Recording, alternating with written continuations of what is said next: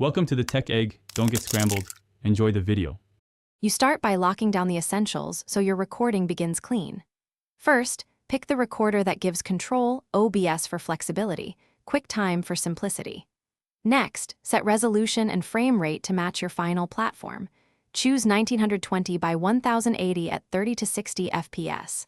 Once done, silence notifications, close heavy apps, and switch power mode to performance to avoid dropped frames. Make sure to connect and test your microphone and camera now so you won't interrupt mid-capture. Now you tune capture settings to balance quality and system load. Choose a hardware encoder like NVENC or Apple's encoder to keep CPU free. Software X264 is fine if you need custom presets. Then set bitrate.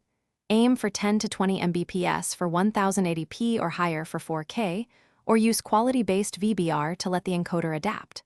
Once that's set, arrange scenes and crop sources to remove dead space. Enable noise suppression on audio, and test a short clip to validate sync and clarity.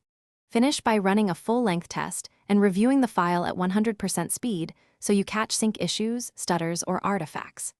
Export using H.264 for wide compatibility or H.265 for smaller files with similar quality, and always keep a high bitrate archive in case you need to re-export.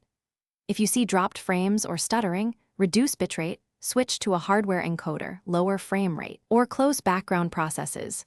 That single troubleshooting step, retest after each change, saves hours later. Thanks for watching. Consider subscribing if I helped unscramble your problems.